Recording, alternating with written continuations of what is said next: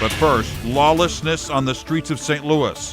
What local leaders are saying about solutions tonight after 3 straight nights of downtown violence.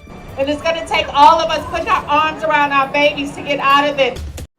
Downtown St. Louis remains on edge as violence involving large groups of young people continue to plague the area. Since Thursday evening, at least 20 people have been shot in St. Louis. 1 has died.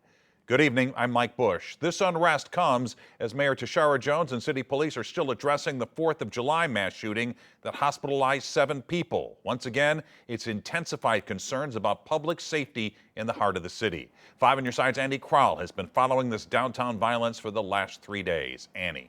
Mike, this time a 15-year-old boy was shot in the arm near Enterprise Center less than 2 hours before the pop band AJR's concert last night. He was walking with a man and woman in their 40s in broad daylight, though the continued downtown violence has typically been overnight. Some in St. Louis hoping that events like today's 4th annual STL Fest can at least be part of the solution.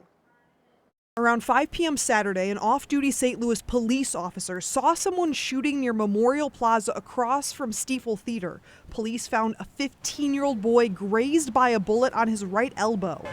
The 28-year-old suspect, police say, was a convicted felon and arrested, piling on to the last 3 days of downtown violence since the 4th of July fireworks mass shooting and teens blocking traffic with firearms Saturday. They need a chance to be children. They're growing up too fast, and we're doing it to them. They need a place so they can just be themselves. That's one of the biggest goals of Sunday's STL Fest, attended by Mayor Tashara Jones. Just wanted to come by and tell you that your mayor loves you, and I have been working hard with a capital W to make sure that we put resources in our community, that we reduce crime, and that we put our arms around our babies and give them things to do and make them productive citizens instead of going downtown and shooting up fireworks in the middle of downtown. But when we pushed Mayor Jones's director of communications to ask what those actions are to stop the violence involving young people, he said she was unavailable to talk. We couldn't grab her for a couple minutes. Sorry.